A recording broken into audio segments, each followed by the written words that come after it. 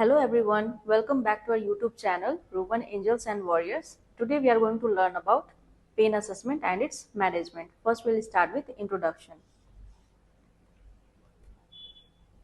So pain is a vital function of nervous system in providing the body with a warning of potential or acute injury. Pain एक हम लोग का vital function of nervous system जो कि हमें एक warning sign देता है। अगर कुछ भी डैमेज हो रहा है अंदर में तो उसका एक वार्निंग साइन देता है। According to American Pain Society, it has been coined as the fifth vital sign. जैसे हम लोग का TPR ब्लड प्रेशर हम लोग का वाइटल साइंस है, उसी तरीके से पेन को फिफ्थ वाइटल साइंस में लाया गया है. Then it is a both sensory and emotional experience affected by the psychological factor such as past experience, belief about pain, fear or anxiety. Documentation of pain assessment is as prominent as documentation of traditional vital signs. जैसे हम लोग अपना जो vital science लेते हैं TPR blood pressure, तो उसको जितना इंपॉर्टेंट है ना डॉक्यूमेंट करना, उतना ही इंपॉर्टेंट है पेन असेसमेंट को डॉक्यूमेंट करना. Now will see the definition. Definition है pain is a subjective unpleasant and emotional experience associated with acute और potential tissue damage whenever the patient say it is existing whatever he say it does. Pain हम लोग का एक highly subjective data है. Means subjective data means जो patients हमें बताते हैं. तो पेन एक सब्जेक्टिव डाटा है और ये एक तरह का unpleasant sensory and emotional experience भी है. अगर पेशेंट आपको बोल रहे हैं कि मुझे पेन हो रहा है, दैट मीन्स उन्हें एक्चुअली में उतना इंटेंसिटी का पेन हो रहा है. Then next definition, pain is defined as a state in which an individual experience and report the presence of severe discomfort or an uncomfortable sensation. Pain को हम लोग डिफाइन कर सकते हैं, ये एक ऐसा स्टेट है जिसमें पेशेंट्स आपको रिपोर्ट करते हैं कि मुझे डिस्कम्फर्ट हो रहा है, इस तरीके का डिस्कम्फर्ट हो रहा है, एंड उन्हें जो भी डिस्कम्फर्ट फील होता है वो आपको रिपोर्ट करते हैं. Pain is a protective mechanism for the body. It occurs when tissue of the body are damage. Pain एक तरह का प्रोटेक्टिव मैकेनिज्म है. अगर कुछ भी डैमेज होता है तो सबसे पहले हमें क्या फील होता है? पेन फील होता है. अगर हमारा हाथ कट गया या फिर हमें कहीं चोट लग गया तो हमें सबसे पहले क्या फील होता है? हमें पेन फील होता है.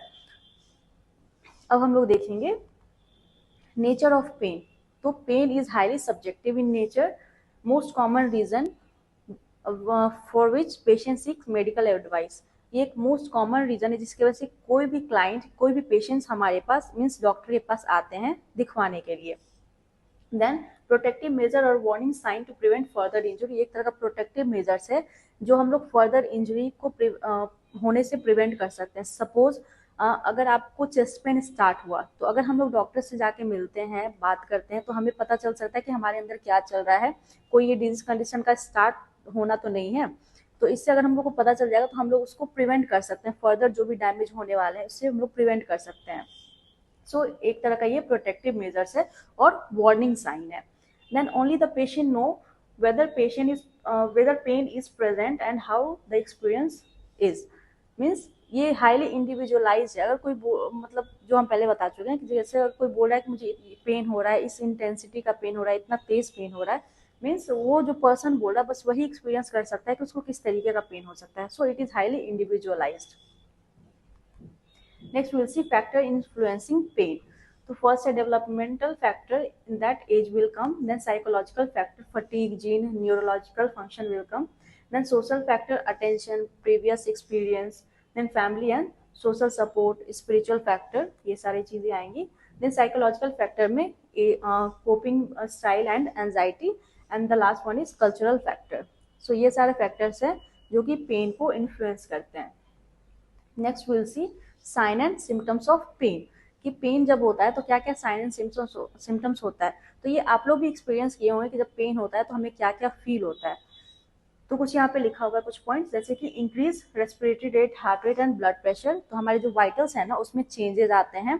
देन नेक्स्ट है हम लोग का पेरिफेरल वासो कंस्ट्रिक्शन होगा, पेलर पेशेंट दिखेगा हमें, ब्लड ग्लूकोज लेवल ऑल्टर हो जाएगा. देन पेशेंट जो है या फिर क्लाइंट जो है वो इरिटेबल फील करेंगे, वो इरिटेट हो जाएंगे पेन की वजह से. देन रेस्टलेसनेस, मॉर्निंग मीन्स कराहने का आवाज निकालेंगे. कुछ कुछ सिचुएशन में पेशेंट्स जो है, क्लाइंट्स जो है वो लोग रोने भी लगते हैं. देन फेशियल एक्सप्रेशन चेंज होगा, वर्बल स्टेटमेंट चेंज होगा, बॉडी मूवमेंट चेंज होगा, और जिस तरीके से प्रीवियसली वो रिस्पॉन्ड कर रहे थे ना इन्वायरमेंट को, वो भी चेंज हो जाता है. नेक्स्ट हम लोग देखेंगे टाइप्स ऑफ पेन। तो पेन जो है उसको क्लासिफाइड किया गया 4 पार्ट्स में। So first one is based on duration, second based on location, based on intensity and based on etiology। अब हम लोग वन बाय वन देखेंगे। So based on duration, it is again divided into 2 parts, acute and chronic pain। acute pain जो हमारा होता है ना वो लेस समय के लिए होता है, less than 6 month. And chronic pain जो है, अगर हम लोग acute pain को ट्रीट नहीं करते हैं देन वो कन्वर्ट हो जाते हैं chronic pain में। acute pain जो हमारा है, जैसे स्टार्ट हुआ और हम लोग उसका ट्रीटमेंट कर दिए और वो खत्म हो गया, देन क्या होगा कि उसको अक्यूट पेन में लेंगे क्योंकि वो लेसर ड्यूरेशन तक था। और वही अगर हमें कॉज पता नहीं चला, किस वजह से पेन हो रहा है पता नहीं चला और हम उसका ट्रीटमेंट नहीं कर पाए, देन वो कन्वर्ट हो जाते हैं क्रॉनिक पेन में। So acute pain it is sudden in onset, या अचानक से हो। Acute pain is protective and has identifiable cause. इसका आइडेंटिफेबल कॉज हम लोग आइडेंटिफाई कर सकते हैं और जब हमें आइडेंटिफाई हो जाता है देन हम उसका ट्रीटमेंट कर सकते हैं, और जब ट्रीटमेंट हो जाएगा तो पेन ऑटोमेटिकली खत्म हो जाएगा। तो ये लेसर ड्यूरेशन तक रहता है, इसलिए हम लोग इसको अक्यूट पेन बोलते हैं। Commonly associated with specific injury और damage, last from seconds and 6 month. जैसा कि मैंने पहले बताया इसका शॉर्ट ड्यूरेशन होता है, तो ये आपका जो पेन है वो सेकेंड्स में भी खत्म हो सकता है, और अगर टाइम ले रहा है तो 6 मंथ तक का टाइम लेगा। सपोज फॉर एग्जाम्पल, अगर आपको एसिडिटी हो रहा है और एसिडिटी की वजह से भी कभी कभी पेन होता है ना, और उसके लिए अगर आप कुछ मेडिकेशन ले लिए देन आपका एसिडिटी क्या होगा, वो खत्म हो जाएगा, न्यूट्रलाइज हो जाएगा, तो क्या होगा, आपका पेन खत्म हो जाएगा। तो ये हम लोग का अक्यूट पेन में आएगा, लेसर ड्यूरेशन तक रहा। Then temporary and disappears once the stimulus is removed. Then it eventually resolves with or without treatment after an injured area heals. Unrelieved acute pain can progress to chronic pain. Now we'll see chronic pain. So chronic pain is the pain that lasts longer than 6 months and is constant and recurring with a mild to severe intensity. It does not always had identifiable cause. इसका कोई identifiable cause नहीं होता है, cause पता नहीं चलने की वजह से ही इसका जो ड्यूरेशन है वो ज़्यादा हो जाता है और ये क्रॉनिक पेन में कन्वर्ट हो जाता है। For example arthritic pain, headache, peripheral neuropathy, ये सारे एग्जाम्पल्स हैं। नेक्स्ट है क्रॉनिक पेन को हम लोग 3 पार्ट्स में डिवाइड किए हुए हैं, chronic non cancer pain, chronic cancer pain and chronic episodic pain. Now we'll see classification based on location। Location के हिसाब से 2 पार्ट्स में क्लासिफाई किया गया, एक है आपका रेफरल पेन, एक हो गया नॉन रेफरल पेन। तो रेफरल पेन जो होता है जैसे कि एक जगह से दूसरे ओर रेडिएट करना, मीन्स दूसरे जगह भी जाना, तो उसको हम लोग रेफरल पेन बोलते हैं। नॉन रेफरल पेन की वो एक पर्टिकुलर प्लेस पे ही स्टार्ट हुआ और उतने ही दूर तक वो हो रहा है। सपोज अगर आपको पेन स्टार्ट हुआ स्टमक में और वो उतने ही दूर तक हो रहा है तो वो आपका नॉन रेफरल पेन है। बट अगर आपको पेन स्टार्ट हुआ चेस्ट में और वो रेडिएट कर रहा है आपका नेक की तरफ, शोल्डर की तरफ, तो आपका रेडिएटिंग पेन हो गया। तो ये हम लोग का 2 पेन हो गया, acute and chronic pain, that is based on location. The next is based on intensity. Intensity के बेसिस पे 3 पार्ट्स में डिवाइड किया गया है, mild, moderate and severe. Mild pain scale reading from 1 to 3 is considered as mild, means इसको scoring के base पे divide किया गया। माइल्ड पेन में आपका जो स्कोरिंग होता है 1, 2 एंड 3 होता है, मॉडरेट में 4, 5 एंड 6 एंड सीवियर में 7, 8, 9, 10। So based on intensity 3 parts में है, mild, moderate and severe. Next है based classification of pain based on etiology. Etiology के हिसाब से डिवाइड किया गया है 2 पार्ट्स में, nociceptive pain and neuropathic pain. Again nociceptive pain जो है उसको डिवाइड किया गया somatic pain and visceral pain, and neuropathic pain को peripheral neuropathic pain and central neuropathic pain में डिवाइड किया गया है। नेक्स्ट हम लोग देखेंगे नॉसिसेप्टिव पेन। तो नॉसिसेप्टिव पेन हम लोग बोलते हैं, nociceptive pain is a type of pain caused by damage to the body tissue. It is caused by the external injury like stabbing of toe, having sports injury और dental procedure। ये सारी चीजें करते समय जो पेन होता है उसको नॉसिसेप्टिव पेन हम लोग बोलते हैं। देन इसको डिवाइड किया गया है 2 पार्ट में, somatic pain and visual pain. So the pain that is originating from the skin, muscle based and connective tissue. जो पेन हम लोग का स्किन, मसल्स और कनेक्टिव टिश्यू से ओरिजिनेट हो रहा है उसको हम लोग बोलते हैं somatic pain. And visual pain उसे बोलते हैं जो हमारा ऑरिजिनेट हो रहा है किसी ऑर्गन से, विजरल में, विजरा मीन्स ऑर्गन, किसी ऑर्गन से अगर वो जनरेट हो रहा है तो उसको हम लोग विजरल पेन बोलेंगे। जैसे कि for example labour pain, angina pain, then irritable bowel, ये सारा जो हम लोग का है वो हम लोग का विजरल पेन में आएगा। नेक्स्ट हम लोग देखते हैं neuropathic pain. So neuropathic pain is associated with damage और malfunctioning of the nerves due to illness, injury और अनडिटरमाइंड रीजन। न्यूरोपैथिक पेन क्या होता है, ये malfunctioning of nervous system की वजह से होता है। और नर्वस सिस्टम हमारा माल फंक्शन किस वजह से हो सकता है, किसी बीमारी की वजह से होता है, कोई डिजीज कंडीशन की वजह से हो सकता है, इंजरी की वजह से होता है, या फिर उसका कुछ अनडिटरमाइंड कॉजेज भी हो सकता है। इसका एग्जाम्पल आपको हो सकता है diabetic peripheral neuropathy, phantom limb pain, spinal cord pain, and it is usually chronic, ये यूजुअली क्रॉनिक होता है। And neuropathic pain tends to be difficult to treat, और इसको ट्रीट करना भी थोड़ा डिफिकल्ट होता है। Neuropathy pain is of two types based on which parts of the nervous system is damage. ये किस पार्ट में को डैमेज किया है उसके बेसिस पे भी इसको डिवाइड करते हैं।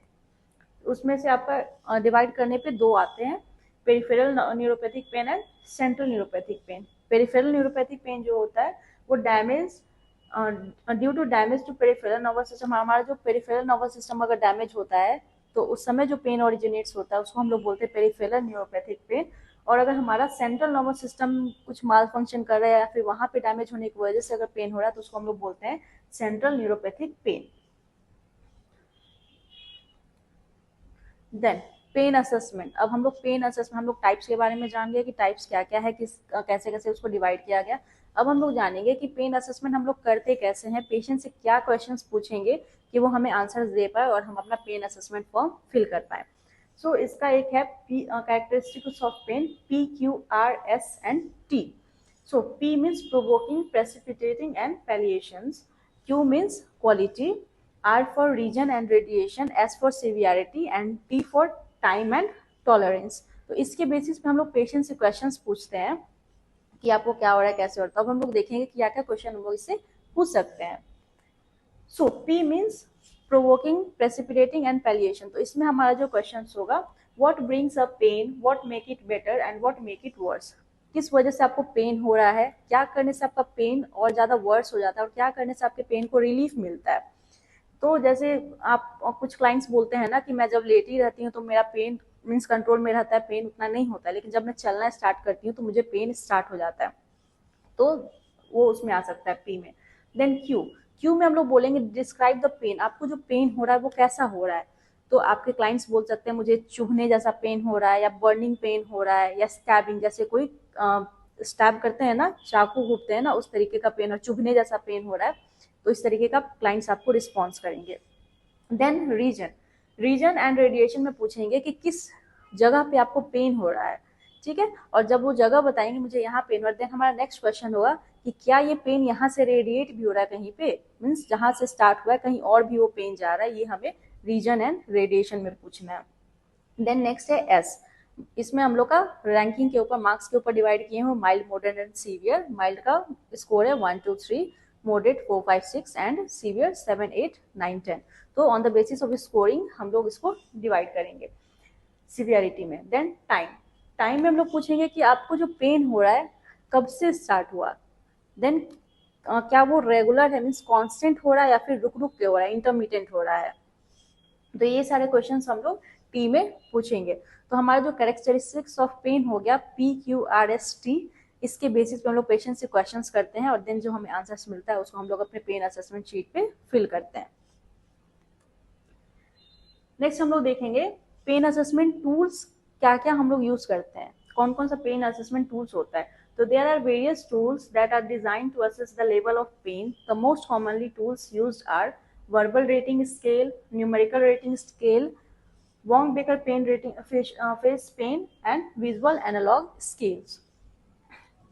सो ये जो हमारा है pain scale, verbal pain scale है। इसमें हम लोग का दिया हुआ है स्कोरिंग प्लस, जैसे नो पेन हो गया, mild pain, moderate pain, severe pain, very severe pain and worse pain. तो ये हमारा जो है वो वर्बल पेन स्केल है। नेक्स्ट हमारा numerical pain rating scale, no pain, mild pain and worse pain, and this is Wong Baker pen rating scale. इसमें हमारा फेसेस बना रहता है और उसके बेसिस पे हम लोग पेशेंट से देखते हैं और फिल करते हैं। ये हमारा विजुअल एनालॉग स्केल है। इसमें भी हमारा ऊपर में स्केल में नंबर्स दिए हुए और नीचे में लिखा हुआ है no pain, annoying that is mild, uncomfortable, moderate, horrible means severe pain and last one is worse pain. तो ये हमारा विजुअल एनालॉग स्केल है। तो ये हमारे जो है ना 4 स्केल्स हैं। First one is verbal pain rating scale, second numerical rating scale, then third one is Wong-Baker pain rating scale and the last one is visual analog scale। अब हम लोग देखेंगे मैनेजमेंट कि अगर पेन हो रहा है तो उसका मैनेजमेंट कैसे करेंगे। तो management is mainly classified into 2, that is pharmacological management and non pharmacological management. Pharmacological management में हम लोग मेडिकेशन से पेशेंट का जो पेन है उसको ट्रीट करते हैं और नॉन फार्माकोलॉजिकल मैनेजमेंट में अदर देन मेडिकेशन हम लोग ट्रीट करते हैं पेशेंट्स को। तो फार्माकोलॉजिकल इंटरवेंशंस में आ जाएगा आपको, जैसे pharmacological therapy is given by using analgesics. Analgesics में बी नॉन ऑपोइड्स, NSAID ड्रग्स और ऑपोइड्स और एडजुवेंट। NSAID मीन्स होता है non steroidal anti inflammatory drugs. तो it is used for mild to moderate pain, for example paracetamol, aspirin, NSAID। Then opioids means होता है it is used for moderate to severe pain. Moderate to severe pain के लिए हम लोग ऑपोइड्स use करते हैं, इसका एग्जांपल हो जाएगा morphine, codeine. And the third one is adjuvant pain. Adjuvant pain not pain, adjuvant therapy. Adjuvant therapy are the drugs originally developed to treat conditions other than pain but also have analgesic properties, used for analgesic reason and for sedation and reduce anxiety। इसको anxiety और sedation के लिए भी हम लोग use करते हैं। Then last हम लोग का local anaesthesia and tropical anaesthesia भी यूज करते हैं पेन को रिड्यूस करने के लिए। देन नॉन फार्माकोलॉजिकल मैनेजमेंट, इसमें क्या है, अदर देन मेडिकेशन हम लोग कुछ इंटरवेंशंस पेशेंट्स पे अप्लाई करते हैं जिसकी वजह से पेशेंट्स का पेन जो है वो कम हो जाए। तो इसमें हमारा आता है जैसे heat and cold application. Patient को अकॉर्डिंग टू पेशेंट का इंजरी हो रखा है, स्वेलिंग हो रखा है, उसके हिसाब से हम लोग हॉट या कोल्ड एप्लीकेशन पेशेंट पे अप्लाई करते हैं। देन मेडिटेशन, पेशेंट्स को क्लाइंट्स को मेडिटेशन करने के लिए बोलेंगे।